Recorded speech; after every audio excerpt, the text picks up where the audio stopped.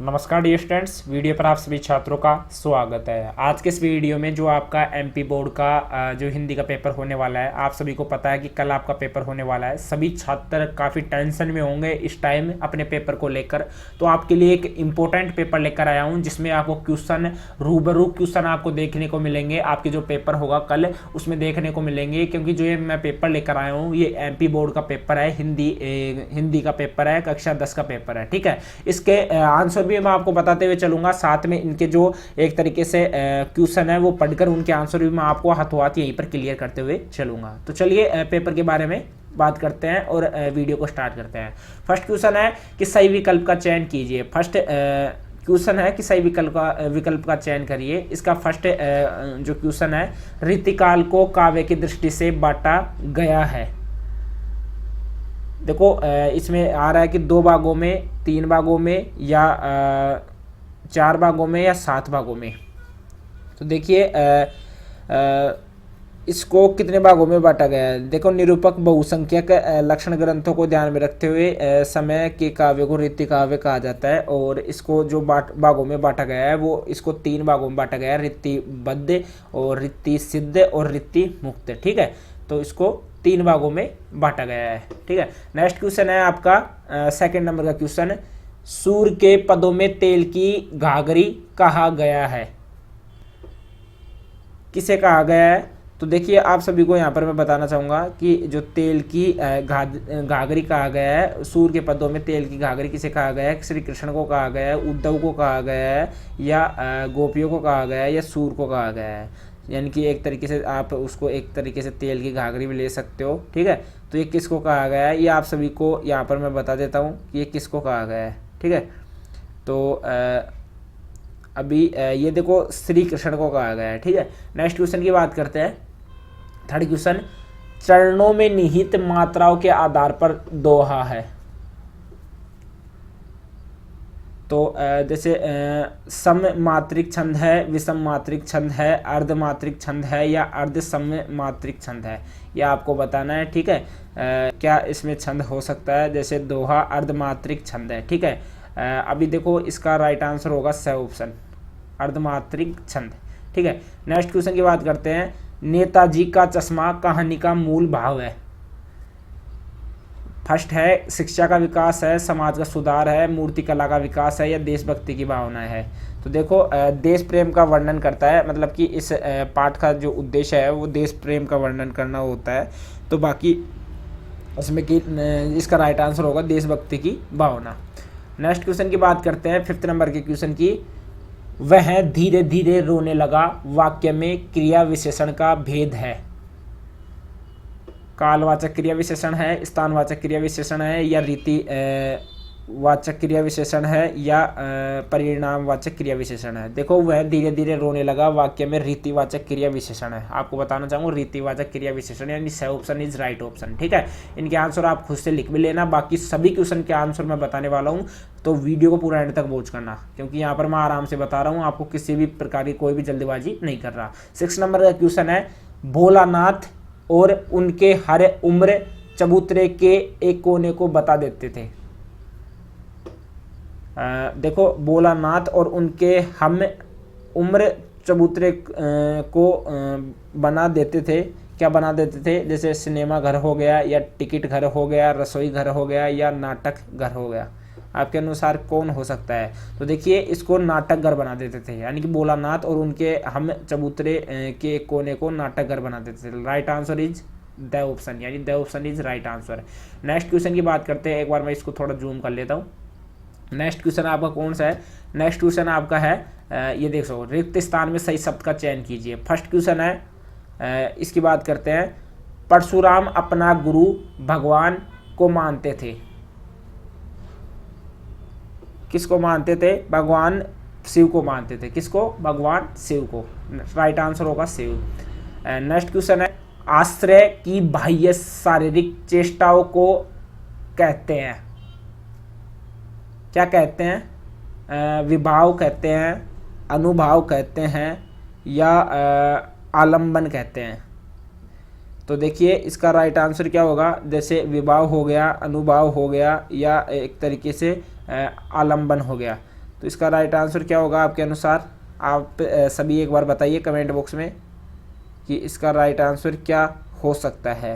ठीक है, आश्रय की चेष्टा कहलाती है। ठीक है, विभाव हो गया। देखो इसका राइट आंसर होगा अनुभाव। क्या होगा? अनुभाव। वैसे आपको पता भी होगा, इसलिए मैं थोड़ा टाइम दे रहा था कि आपको भी पता लग जाए, अनुभाव। नेक्स्ट क्वेश्चन है आपका 3rd नंबर का, विस्तृत कलेवर वाले काव्य को कहते हैं। विस्तृत, एक बार दोबारा से बता देता हूं, विस्तृत कलेवर वाले काव्य को कहते हैं। क्या कहते हैं? देखो विस्तृत कलेवर वाले काव्य को क्या कहते हैं? जैसे दृश्य काव्य कहते हैं, या खंड काव्य कहते हैं, या एक तरीके से महाकाव्य कहते हैं। आपके अनुसार कौन हो सकता है? आपको बताना है इसका राइट आंसर क्या हो सकता है। इसका महाकाव्य। ठीक है, महाकाव्य हो सकता है। ठीक है, नेक्स्ट क्वेश्चन है। नेक्स्ट क्वेश्चन की बात करते हैं। बाल गोविंद भगत की प्रभातियां तक चलती थी। देखो कार्तिक मास में, यानी कि जो बाल गोविंद था भगत था, उसकी प्रभातियां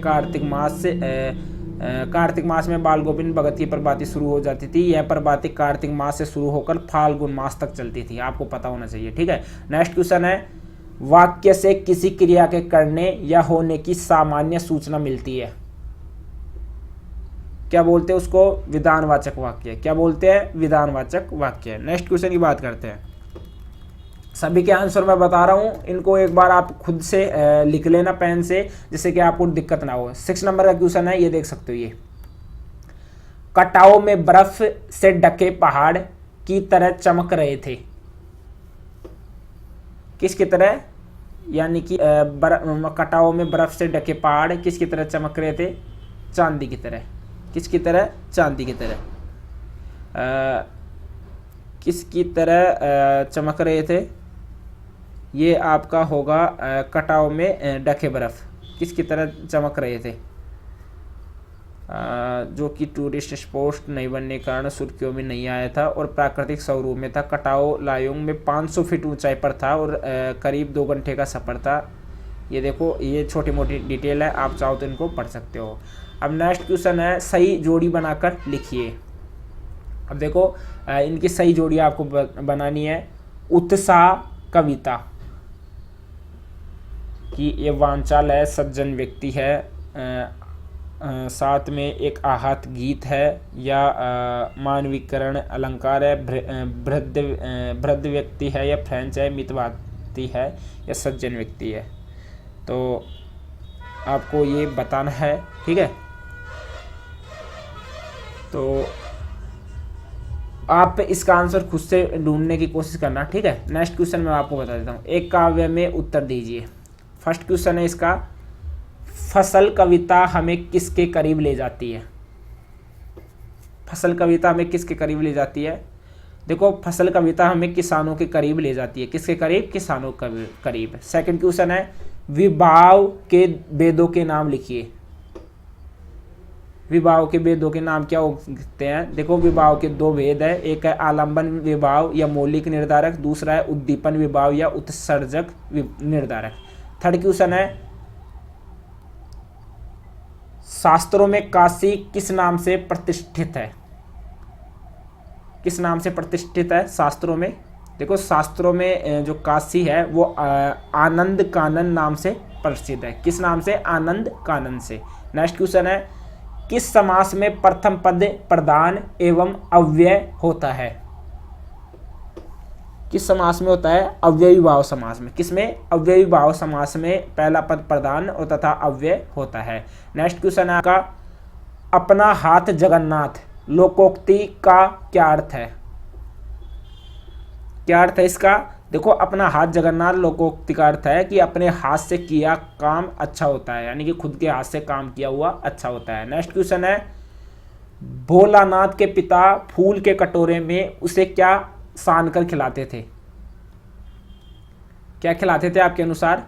देखो भोलानाथ के पिताजी उसे अपने हाथ से फूल यानी एक धातु के एक कटोरे में गोरस दूध और भात सान कर भी खिलाते थे। गोरस यानी दूध बोल सकते हो या गाय का रस, एक तरीके से गोरस हो गया, और भात सान कर भी खिलाते थे, एक तरीके से घी बोल सकते हो। नेक्स्ट क्वेश्चन है आपका फिफ्थ नंबर का। फर्स्ट क्वेश्चन है, मुख्य गायक की आवाज़ भारी व गंभीर होती है। देखो मुख्य गायक का जो स्वर है वो भारी व संगीतकार का स्वर कोमल होता है। ठीक है, बिल्कुल मुख्य गायक का स्वर भारी, जो मुख्य गायक रहता है उसकी आवाज़ भारी व गंभीर होती है। ये सत्य है या असत्य है? ये बिल्कुल सत्य है। दोहा और चौपाई वर्णिक छंद है। देखो चौपाई में 4 चरण होते हैं तथा वर्णिक छंद है, तो ये असत्य है। मानव संस्कृति एक अविभाज्य वस्तु है। देखो प्रसंगों का उल्लेख कीजिए। जब मानव संस्कृति को विभाजित करने की चेष्टा की गई, मानव संस्कृति को वर्ण व्यवस्था एवं धर्म के नाम पर विभाजित करने की चेष्टा की जाती है। ठीक है, यानी कि अविभाज्य यानी कि विभाजित वैसे विभाजित वस्तु है, तो ये बिल्कुल सही है। 2 वर्णों के मेल को संधि कहते हैं, बिल्कुल सत्य है। रंगीन पताकाएं शांति और अहिंसा का प्रतीक है, सत्य है। पढ़कर की ही लेखक अभ्यंतर व्यवस्था को पहचानता है, असत्य है। नेक्स्ट क्वेश्चन की बात करते हैं। रीतिकाल को संगार काल क्यों कहा जाता है? क्यों कहा जाता है? देखो रीतिकाल को संगार काल इसलिए कहा जाता है क्योंकि रीतिकाल में अधिकतर कवियों की रचना में संगार रस की प्रधानता नहीं है। रीतिकाल के अधिकांश कवि दरबारों पर आश्रित कवि थे, इसलिए उन्हें अपने राजाओं के गुणगान में संगार प्रधान कविता की रचना करनी पड़ती थी। ठीक है, इसलिए कहा जाता है। नेक्स्ट क्वेश्चन है, नई कविता की कोई 2 विशेषताएं लिखिए। नई कविता की 2 विशेषताएं आपको क्या लिखनी है? देखो फर्स्ट है, प्रयोगों में नवीनता, क्षणवाद को महत्व। और भी बता देता हूँ, अनुभूतियों का वास्तविक चित्रण है। और भी बताते हैं, कुंठा, सत्रांश और मृत्युबोध। 6 नंबर का हो गया बिंब, और 7 हो गया व्यंग्य प्रधान रचनाएं। नेक्स्ट क्वेश्चन है आपका 7वें नंबर का। तुलसीदास अथवा नागार्जुन की काव्यगत विशेषताएं निम्नलिखित बिंदुओं के आधार पर लिखिए। 2 रचनाएं कलापक्ष।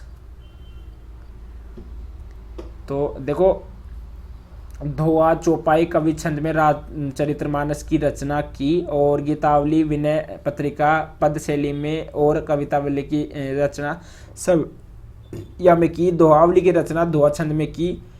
ये चीज़ है जो कि आपको खुद को पता लगा लेना। ठीक है, गोपियों ने उद्धव से योग की शिक्षा कैसे लोगों को देने की बात कही है, आपको अपनी नोटबुक में देखने को मिल जाएगा। बिल्कुल सरल क्वेश्चन है। राम लक्ष्मण परशुराम संवाद पाठ के आधार पर राम के स्वभाव की कोई 2 विशेषताएं लिखी है। देखिए राम एक तरीके से निश्चल मन के थे, मतलब कि उनके मन में कोई भी द्वेष या किसी के प्रति गंदी सोच नहीं थी। दूसरी चीज़ ये थी कि राम सत्य के पुजारी थे। ठीक है, नेक्स्ट क्वेश्चन है 9वें नंबर का। फागुन में ऐसा क्या होता है जो बाकी ऋतुओं में भिन्न होता है? फागुन में क्या होता है? सीधी सी बात है कि फागुन में बरसात ज़्यादा होती है, चारों तरफ हरियाली देखने को मिल जाती है, जो पेड़ पौधे होते हैं उनमें नए नए पत्ते देखने को मिल जाते हैं। ये इसकी विशेषता है। देखो नेक्स्ट क्वेश्चन है, कवि नागार्जुन के अनुसार फसल क्या है? क्या हो सकती है फसल? देखो कवि अनुसार फसल पानी, मिट्टी, धूप, हवा एवं मानव श्रम का मिला जुला रूप है। नेक्स्ट क्वेश्चन है, खंड काव्य की कोई 2 विशेषताएं लिखिए, या आपको अपनी नोटबुक देख के लिख लेना है। नेक्स्ट क्वेश्चन है, स्थायी भाव एवं संचारी भाव में कोई 2 अंतर लिखिए, खुद को देख के लिख लेना है। नेक्स्ट क्वेश्चन है, चौपाई छंद की परिभाषा उदाहरण सहित लिखिए। इसके बाद में नेक्स्ट क्वेश्चन की बात करते हैं। देखो चौपाई मात्रिक सम छंद का एक भेद है। प्राकृत तथा अपभ्रंश के 16 मात्रा के वर्णात्मक छंदों के आधार पर विकसित हिंदी का सर्वप्रिय और अपना छंद है। गोस्वामी तुलसीदास ने रामचरितमानस में चौपाई छंद का बहुत अच्छा निर्वाह किया है। चौपाई में 4 चरण होते हैं, प्रत्येक चरण में 16 मात्राएं होती है तथा अंत में गुरु होता है। नेक्स्ट क्वेश्चन है आपका, अतिशयोक्ति अलंकार की परिभाषा लिखिए या उसको उदाहरण सहित समझाइए। तो अतिशयोक्ति का मैं आपको बता देता हूँ। जैसे ये क्वेश्चन हो गई, ठीक है। अतिशयोक्ति देखिए, जहाँ किसी वस्तु का इतना बड़ा चढ़ाकर वर्णन किया जाए कि सामान्य लोक सीमा का उल्लंघन हो जाए, वहाँ अतिशयोक्ति, यानी कि किसी की तारीफ में जैसे कि उसकी लिमिटेड तारीफ है उससे भी ज़्यादा भी कर देना, वो वहाँ पर अतिशयोक्ति अलंकार का यूज हो जाता है। 12 क्वेश्चन है, आचार्य रामचंद्र शुक्ल के अनुसार निबंध की परिभाषा लिखते हुए पाठ्यक्रम में सम्मिलित किसी एक निबंध पर का नाम लिखिए, ठीक है। नेक्स्ट क्वेश्चन है, कहानी और उपन्यास में कोई दो अंतर लिखिए। ये आपको खुद को लिख लेना है। वैसे मैं आपको बता भी देता हूँ कि कहानी और उपन्यास में अंतर क्या अंतर होता है। देखो, कहानी में जीवन के खंड घटना का चित्रण होता है, उपन्यास में संपूर्ण जीवन का चित्रण होता है। कहानी में एक कथा होती है, उपन्यास में एक मुख्य कथा के साथ अन्य प्रासंगिक कथाएं होती है, ठीक है। बिल्कुल नॉर्मल अंतर हो गए दो। नेक्स्ट क्वेश्चन है 13वां, स्वयं प्रकाश अथवा मन्नू भंडारी की साहित्यिक विशेषताएं निम्नलिखित बिंदुओं के आधार पर लिखिए। 2 रचनाएं, भाषा शैली। ये तो आपको खुद को लिख लेना है, इसको बताने की जरूरत नहीं पड़ रही है। सेनानी न होते हुए भी चश्मे वाले को लोग कैप्टन क्यों कहते थे, ठीक है। ये ध्यान में रखना, ये आपको अपनी बुक से मिल जाएगा, बहुत बार पढ़ा होगा आपने।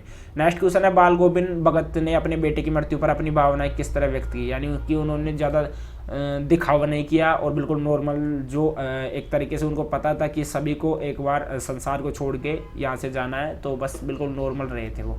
नेक्स्ट क्वेश्चन है 15, बिस्मिल्लाह खान को शहनाई की मंगल ध्वनि का नायक क्यों कहा जाता है, क्योंकि वो बहुत अच्छी शहनाई बजाते थे, शहनाई वादक थे। 15वां क्वेश्चन है कि वास्तविक अर्थों में संस्कृत व्यक्ति किसे कहा जाता है, जा सकता है, नोटबुक से मिल जाएगा। 16वां क्वेश्चन है, निम्नलिखित वाक्यांश के लिए एक शब्द लिखिए। एक शब्द आपको लिखना है, 2 भाषाएं बोलने वाला। क्या बोलते हैं, जो व्यक्ति 2 भाषाएं बोलने की जानकारी रखता है उसे सामान्यतः द्विभाषी कहते हैं। क्या बोलते हैं, द्विभाषी, 2 भाषाएं बोलने वाला द्विभाषी। जिसका वर्णन न किया जा सके, उसको क्या बोलते हैं, जिसका वर्णन नहीं किया जा सकते उसे वो बोलते हैं अवर्णीय। क्या बोलते हैं, एक तो 2 भाषाएं बोलने वाला द्विभाषी, और जिसका वर्णन न किया जा सके उसको बोलते हैं अवर्णीय, अवर्णीय। इसका नीचे वाले का और बता देता हूँ, खून पसीना एक करना, ये मुहावरा है। वैसे मैं इसका अर्थ बता देता हूँ, बहुत मेहनत करना। गागर में सागर बढ़ना, यानी कि गागर में सागर बढ़ना। इसका भी बिल्कुल शॉर्ट है कि थोड़े समय में बहुत कुछ कहना, यानी कि थोड़ा सा समय मिल रहा है और उसमें काफ़ी ज़्यादा तारीफ कर देना। बच्चे माता पिता के प्रति अपने प्रेम को कैसे अभिव्यक्त करते हैं, ये आपको खुद को नोटबुक मिल जाएगा। गंतों को मेहनत कश बादशाहों का शहर क्यों कहा गया है, वो भी आपको पता होगा। निम्नलिखित काव्यांश का संदर्भ प्रसंग सहित भावार्थ लिखिए। उद्धव तुम हो अति बड़भागी, ये गोपियाँ उद्धव को बोल रही है, ठीक है। देखो, इसका हिंदी अनुवाद मैं आपको दे देता हूँ। उद्धव तुम हो अति बड़भागी, अपरस रहत सने तगाते, नाहिन मन अनुरागी, पुर इनी पात रहत जल भीतर, तारस देह न दागी, जो जल माह तेल की घाघरी, बूंद ने नाकता को लागी। ठीक है, ये है। तो इसका आपको सप्रसंग व्याख्या करनी है। दूसरा बाल गोविंद के आधार पर है, ठीक है। और मीठी, देखो ये 20वां क्वेश्चन है, मीठी बोली का महत्व विषय पर अनुच्छेद लिखिए। अनुच्छेद आपको खुद को लिख लेना है। नेक्स्ट क्वेश्चन है, एक आदर्श विज्ञापन की कोई 3 विशेषताएं लिखिए। 3 विशेषताएं क्या हो सकती है, देखो मैं बता देता हूँ। एक, विज्ञापन प्रति पाठक का ध्यान रखने में सक्षम होता है।